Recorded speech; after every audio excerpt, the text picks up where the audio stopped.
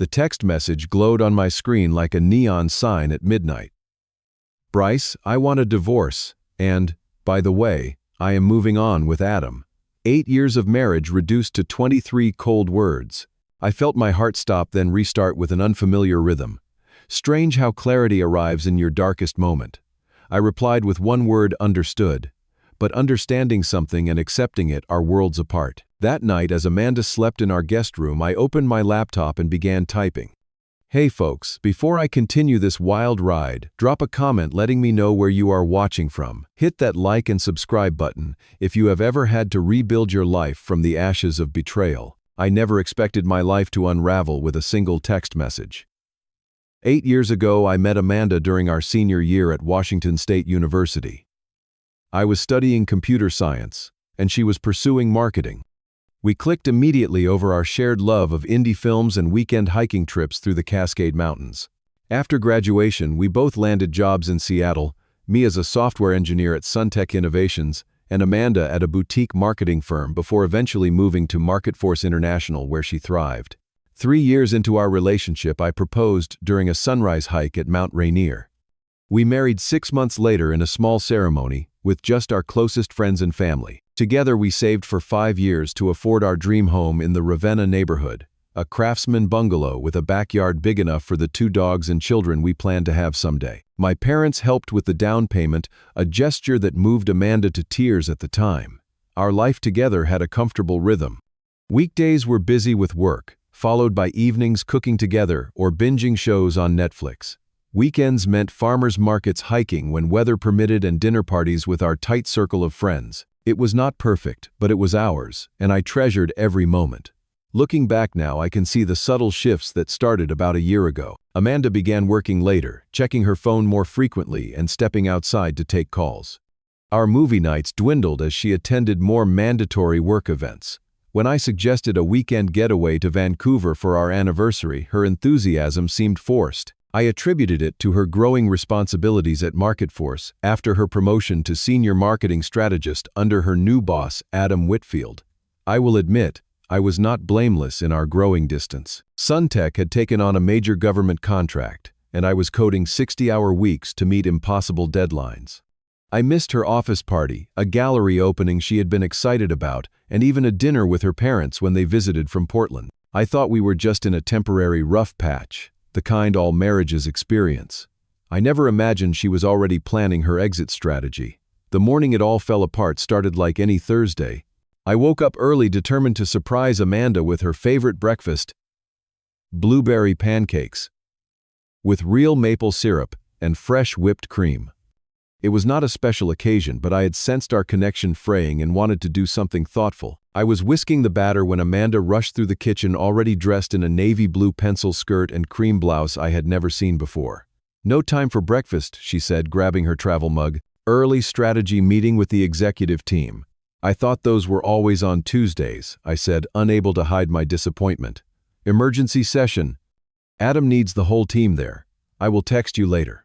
She was gone before I could respond, leaving behind the faint scent of an unfamiliar perfume. I packed up the pancake mix and headed to work early myself, ignoring the unsettled feeling in my stomach. That evening, while searching for the tablet to order takeout, I found Amanda had left her work iPad on the couch. As I picked it up, a notification flashed across the screen. A message from Adam. "Last night was amazing. Cannot wait for our future to begin."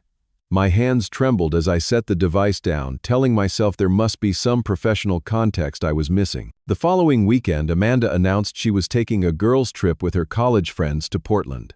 I wished her a good time and used the solo weekend to catch up on yard work. While reviewing our credit card statement on Sunday, I noticed a charge from Canlis, one of the most expensive restaurants in Seattle, from Friday night. Unless her girls' trip had detoured back to Seattle for dinner, something was off. That night, I logged into our shared cloud storage to find some tax documents and noticed a folder I did not recognize. Inside were hundreds of messages and photos exchanged between Amanda and Adam, dating back 7 months. The earliest messages showed flirtation, evolving into plans to meet outside of work. Later exchanges were more intimate, interspersed with discussions about their future together. The most recent messages outlined their plans for Amanda to leave me. We should wait until after the Henderson campaign wraps up, Adam had written. Then you can tell Bryce and we can stop sneaking around. Amanda had replied, I cannot wait to wake up with you every morning instead of pretending with him. Just a few more weeks. I sat there until 3 in the morning reading every message, examining every photo, absorbing every detail of their betrayal. The woman I had built my life around was living a complete double life, and I had been too trusting, or perhaps too absorbed in my own work, to see it. The text arrived during the most important presentation of my career. I was 15 minutes into explaining our new security protocol to the Department of Defense representatives when my phone vibrated in my pocket. Normally, I would never check messages during a meeting of this caliber, but Amanda had mentioned feeling unwell that morning, so I discreetly glanced at the screen while my colleague Jordan was answering a question. Bryce, I want a divorce, and, by the way, I am moving on with Adam. We'll be by tonight to get essential things. We can discuss logistics later. The room seemed to tilt sideways. I felt my collar tightening around my throat, sweat beading on my forehead. Somehow, I managed to finish the presentation, even fielding complex technical questions, while my personal life imploded.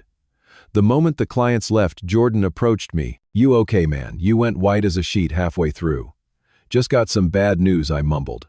I need to head out early. The drive home was a blur of green traffic lights and rain-slicked streets. Twice, I had to pull over when memories ambushed me, Amanda laughing as we painted our living room together. Her sleeping form curled against me on Sunday mornings, her voice singing off-key to 80s songs while preparing dinner. Had it all been an act? How long had she been planning this? When I arrived home, Amanda was already packing a suitcase. She barely looked up when I entered our bedroom, our shared space for 8 years, now just another room she was passing through.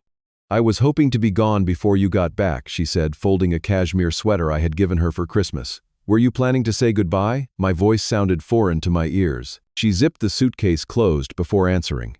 I said everything in the text. This is not working anymore, Bryce. It has not been for a long time. And Adam, how long has that been working? Her eyes finally met mine, not with guilt but with defiance. It started at the company retreat in Sedona last October. He understands me in ways you never tried to. He is married, Amanda. He has children. His marriage has been over for years. They just stay together for appearances. She lifted her suitcase from the bed. I will come back for the rest of my things this weekend while you are at your coding workshop. Does his wife know about your plans? About any of this? I asked. Amanda paused at the doorway. That is not my problem to solve. Natalie will be fine. She comes from money. Then, as an afterthought, you can keep the house. I never really liked the neighborhood anyway. And just like that, she was gone, leaving behind the faint smell of her perfume and 8 years of what I now realized had been a life built on shifting sand. That first night alone in our house, her perfume lingering on the pillows she did not take, I did not sleep. I paced from room to room, alternating between sobbing and staring blankly at walls filled with photos I suddenly wanted to burn. By morning, my eyes were swollen, my throat raw, and my mind cycling through the same unanswerable questions. How did I miss this? What could I have done differently? Who was this woman I had loved for nearly a decade? For the first time in my career, I called in sick without actually being ill.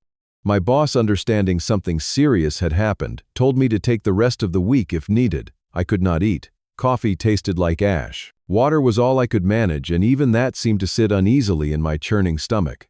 Around noon, Amanda's best friend Stephanie called, her voice tight with awkward concern. Bryce, God, I just heard. Are you okay? You knew, I asked, hearing the accusation in my tone but unable to soften it. No. I swear I had no idea until she called me this morning, Stephanie insisted. But she told me things had been bad between you for years. She mentioned feeling emotionally neglected, even used the word abusive at one point. My hand gripped the phone so tightly my knuckles whitened. Abusive? I never laid a hand on her. I never even raised my voice. I know, Bryce. That does not sound like you at all. I think she is trying to justify what she did. Stephanie hesitated.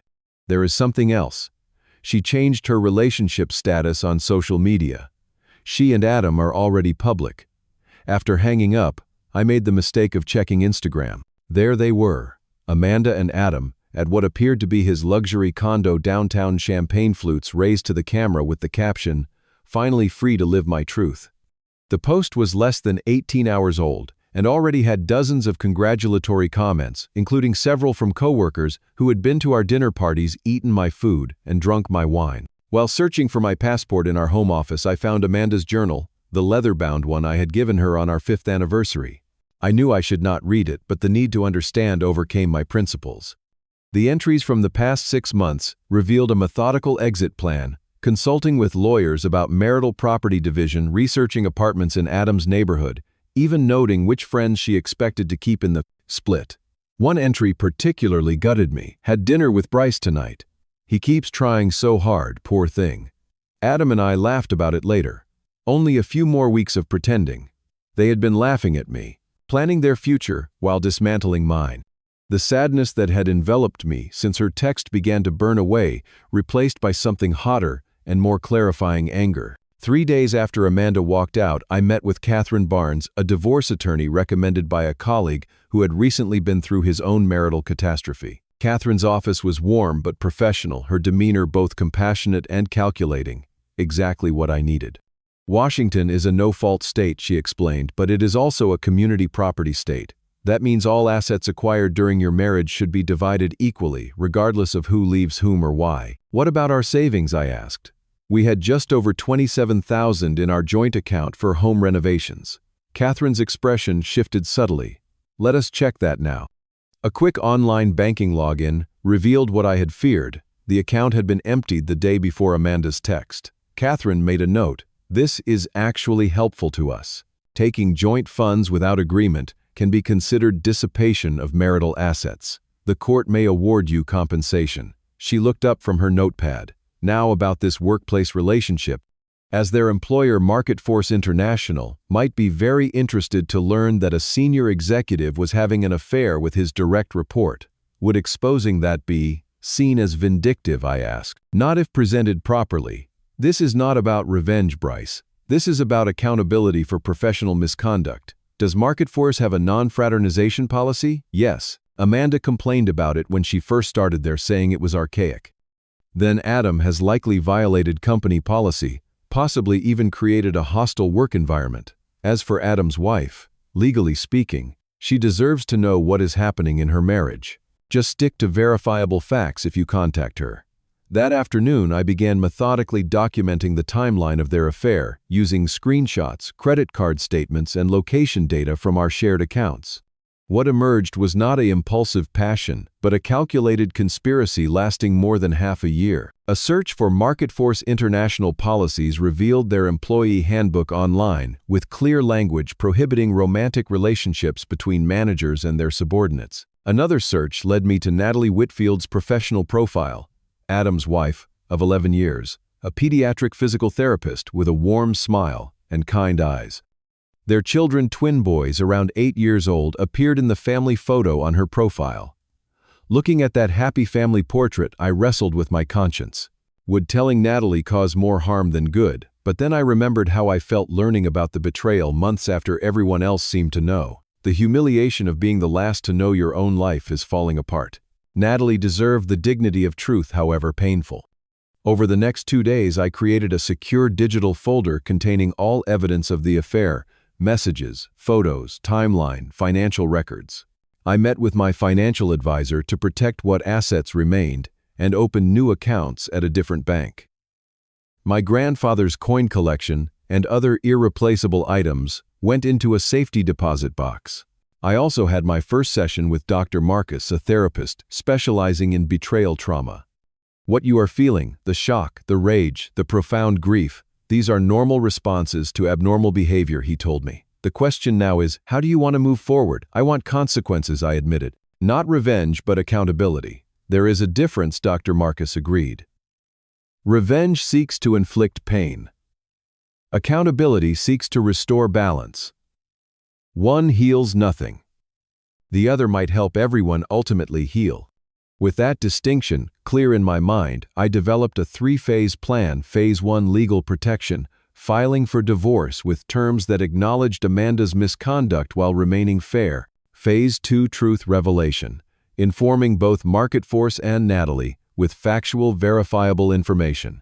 Phase 3, personal rebuilding, focusing on my own healing and future once the necessary actions were taken. I researched MarketForce's ethics reporting procedures and found they maintained an anonymous whistleblower system for reporting policy violations. I drafted a detailed email to their HR department and CEO, focusing exclusively on the professional misconduct aspects of the relationship, UAPI, the power imbalance, the violation of company policy, and the potential liability issues for the company. For Natalie, I prepared a respectful message with select evidence attached. No commentary, no emotional appeals, just information she deserved to have while making decisions about her own life. When Amanda contacted me about divorce proceedings, I surprised her by agreeing to her initial terms, which heavily favored her. She seemed relieved by my apparent passivity, mentioning that Adam had worried I might make trouble. This confirmed they had no idea what was coming. Then Adam himself texted me, "No hard feelings, man. These things happen. I hope we can all be adults about this situation." The breathtaking arrogance of that message was the final push I needed. That same night, Amanda sent a detailed list of demands regarding our house. She wanted it sold immediately, with profits split evenly, conveniently ignoring that my parents had contributed 30% of the down payment as a gift to both of us. I closed my laptop, took a deep breath, and pressed send on 3 separate messages: divorce papers to Amanda, the ethics complaint to MarketForce, and the truth to Natalie. There was no going back now. The hours after sending those messages were among the most anxiety-inducing of my life. I checked my email every few minutes, jumped each time my phone buzzed, and barely slept. The first response came from MarketForce HR at 8:37 the next morning. A formal acknowledgement of my report and assurance that they would investigate immediately. Natalie's response arrived at 10:15 a.m. Brief, but impactful. "I suspected something was wrong. Would you be willing to meet? I have questions only you can answer." We arranged to meet at a quiet cafe halfway between our neighborhoods. When Natalie arrived, I was struck by how composed she appeared, dressed impeccably in a camel coat and dark jeans, her blonde hair pulled back in a simple ponytail. Only her reddened eyes hinted at her emotional state. "Thank you for telling me," were her first words as she sat down. "It would have been easier for you to stay quiet."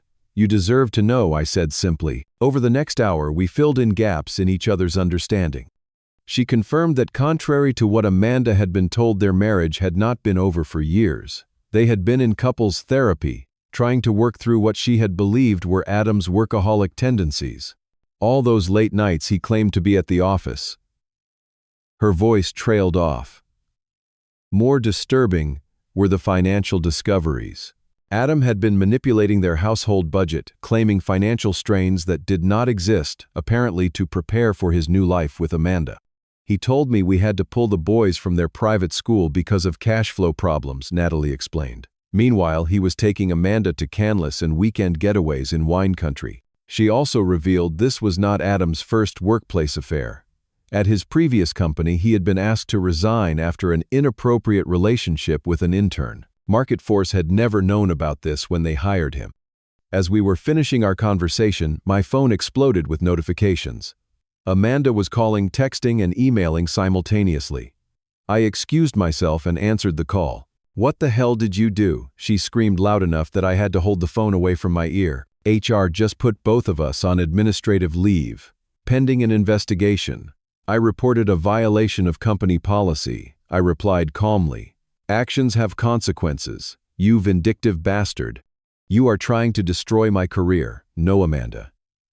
You and Adam made choices that violated your company's policies.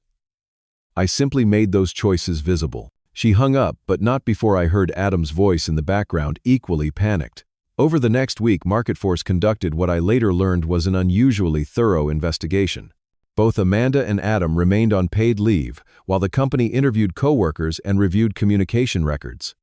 What began as an investigation into their inappropriate relationship expanded when another employee came forward with concerns about Adam approving unusual marketing expenditures that personally benefited him and Amanda. Meanwhile, my phone buzzed constantly with messages from mutual friends.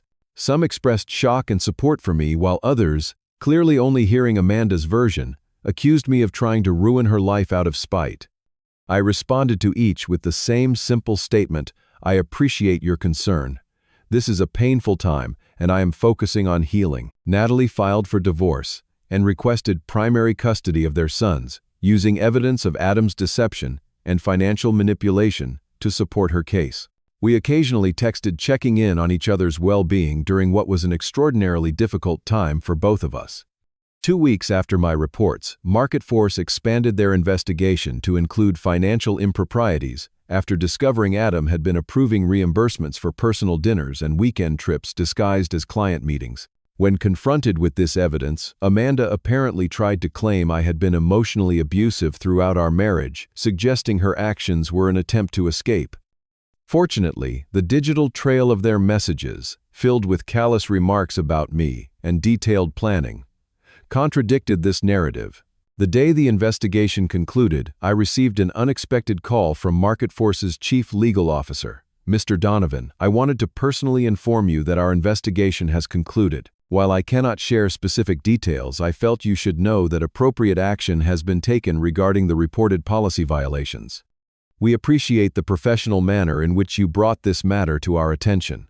I later learned through industry connections that both Amanda and Adam had been terminated for multiple policy violations.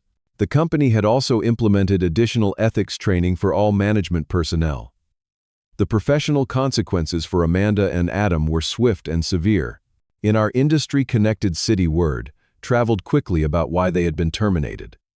Amanda, who had once been considered a rising star in marketing, now found herself struggling to secure interviews. Adam, with his higher profile and now 2 workplace scandals, faced even steeper challenges. Meanwhile, Amanda's living situation had become precarious. She had initially moved into Adam's luxury condo, but with both of them unemployed and Adam's divorce proceedings freezing many of his assets, they had been forced to rent a much smaller apartment in a less desirable neighborhood. The financial reality of their situation was clearly setting in. 3 weeks after the terminations, I received a text from a number I did not recognize. "Bryce, it is Adam. We need to talk about what you have done." I did not respond. 2 days later, Amanda called. Her voice lacked the anger from our previous conversation, instead sounding tired and defeated. "Adam blames me for the whistleblowing," she said. "He thinks I must have told you something that led to the investigation. We are fighting constantly." "That sounds difficult," I replied, maintaining emotional distance. I was wondering. She hesitated. "The lease on our apartment is up next month. Maybe I could come home while we sort things out, just temporarily." "That is not possible, Amanda. The divorce is proceeding, and I am moving forward with my life. The house will be listed next week." Her sob caught me off guard. "I have nowhere to go. My parents are not speaking to me since they found out how I treated you. My savings are almost gone." I took a deep breath. "I am sorry you are struggling, but these are the consequences of your choices. I recommend speaking with your attorney about expediting the division of assets so you can access your share." While I maintained firm boundaries with Amanda, I was working on my own healing. The divorce recovery group I joined introduced me to others who understood the unique pain of betrayal. I reconnected with college friends I had lost touch with during my marriage and spent more time with colleagues like Jordan, who had been supportive from the beginning. Natalie and I occasionally met for coffee, our unusual friendship based on mutual respect and shared experience rather than romantic interest. Her divorce was proceeding more smoothly than expected after Adam's parents, shocked by his behavior, supported Natalie's custody requests. 6 weeks after Amanda's text upended my life, the divorce was finalized in what my attorney called record time, helped along by Amanda's increasing financial desperation and my willingness to be fair despite her actions. The house sold quickly in Seattle's hot market, with provisions ensuring my parents' down payment contribution was returned to me before the remaining proceeds were split. I found a modern apartment in the vibrant Capitol Hill neighborhood, something completely different from the suburban craftsman I had shared with Amanda. The fresh start felt both terrifying and exhilarating. At work, I channeled my energy into our new security project, earning recognition from management and positioning myself for promotion. Weekends that had once been filled with couples activities were now spent hiking alone, discovering I actually preferred longer, more challenging trails than Amanda had ever been willing to try, taking a photography class and volunteering at a local coding academy for underprivileged teens. Occasionally, updates about Amanda filtered through our diminishing circle of mutual connections. She and Adam had broken up within 2 months of their terminations, their relationship unable to withstand the pressure of dual unemployment and public embarrassment. She had moved to Portland, ironically taking a junior position at a firm where one of my college friends was a partner. According to him, she kept her head down, worked hard, and never mentioned her past. 3 months after our divorce was finalized, Amanda sent a text asking if we could talk. "I am in Seattle for a client meeting. I would like to apologize in person." After consulting with Dr. Marcus, I agreed to a brief meeting in a public coffee shop. Amanda looked different. Her designer clothes replaced by simpler attire. Her once highlighted hair now its natural brown, her demeanor humbled. "Thank you for meeting me," she began. "I know you did not have to." "What did you want to say?" I asked, not unkindly but not offering warmth either. "I am sorry, Bryce. Not just for the affair, but for how I treated you, for the things I said about you that were not true, for taking our savings, for all of it." She looked down at her untouched coffee. "I was selfish and cruel, and you did not deserve any of it." I nodded, acknowledging her words without immediately accepting the apology. "Are you doing okay?" I asked finally. "I am starting over. New city, new job, lots of therapy." She attempted a small smile. "My therapist says I need to make amends as part of recovery, but that I should not expect forgiveness." "I appreciate your apology," I said carefully. "I hope you find what you are looking for, Amanda." As I walked home afterward, I realized something important had shifted within me. The anger that had been my companion for months had faded, replaced by something quieter and more peaceful. Not forgiveness exactly, but a release from the grip her betrayal had held on my heart. That same week, I received a handwritten note from Natalie. Inside was a gift card to my favorite bookstore and a simple message. "Thank you for having the courage to expose the truth when it would have been easier to stay silent. Because of you, my boys and I are building a more honest life. Wishing you all the happiness you deserve." 1 year after receiving that life-changing text, I sat on the balcony of my apartment watching the sunset paint Seattle's skyline in shades of gold and pink. The date had not escaped my notice, but it no longer carried the sting it once had. Dr. Marcus had helped me understand that healing is not linear. Some days would still be harder than others, but the overall trajectory was toward wholeness. The past 12 months had been a masterclass in resilience. Weekly therapy sessions had helped me process the complex emotions of betrayal and abandonment. I had learned to recognize warning signs I had missed in my marriage, the gradual withdrawal of affection, the increasing secrecy, the subtle devaluing of our shared dreams. These lessons were painful but valuable. My relationship with work had transformed as well. The promotion I received 3 months earlier came with more responsibility but also more flexibility. I no longer felt compelled to prove my worth through 60-hour work weeks. Instead, I maintained clear boundaries between my professional and personal life, something I now recognized had been missing during my marriage. A solo weekend trip to Olympic National Park had marked a personal milestone, the first time I had traveled alone purely for pleasure. Standing on the rocky coastline watching waves crash against ancient formations, I had experienced a moment of profound peace. The journal entry from that evening read simply, "Today I realized I am no longer waiting to feel better. I already do."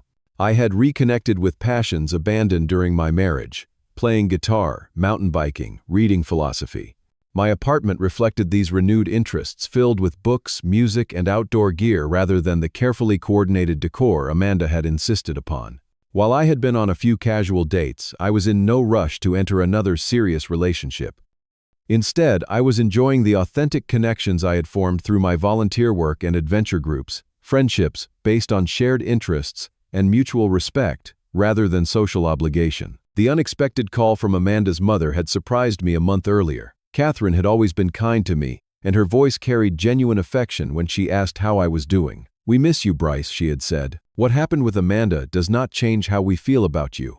That conversation had healed something I had not realized was still wounded. Looking back over the journey of the past year, I can now see that the text message that once devastated me actually set me free. Not free from pain, there was plenty of that, but free from a relationship built on illusion rather than truth.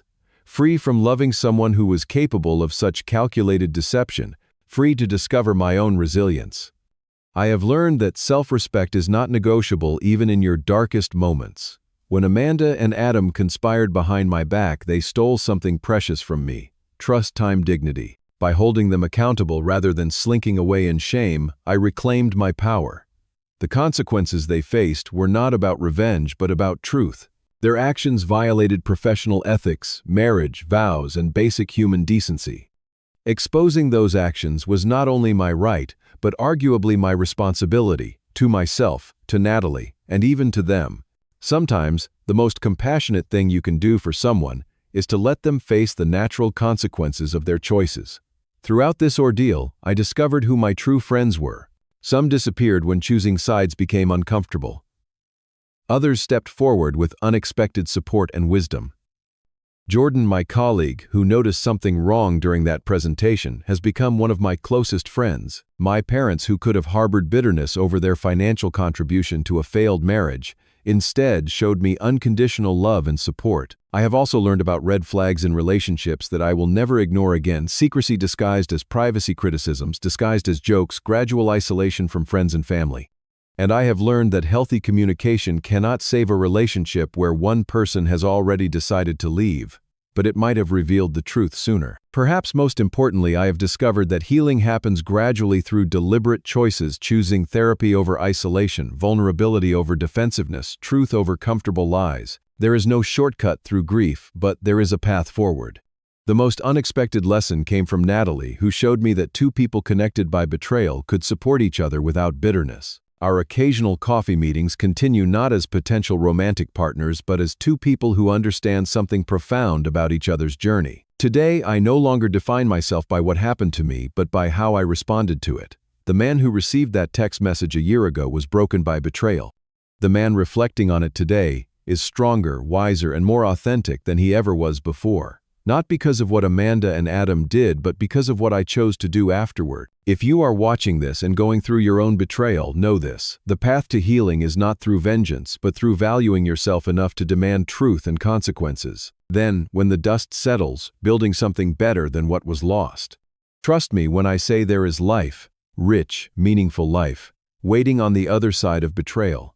You just have to be brave enough to walk toward it. Have you ever had to rebuild after betrayal? How did you handle it? Leave a comment below and let me know what helped you heal. If this story resonated with you, please hit the like button and subscribe for more real-life experiences. Share this with someone who might need to hear that they are not alone in their struggles. Thank you for listening to my story, and remember, sometimes the worst endings lead to the best beginnings.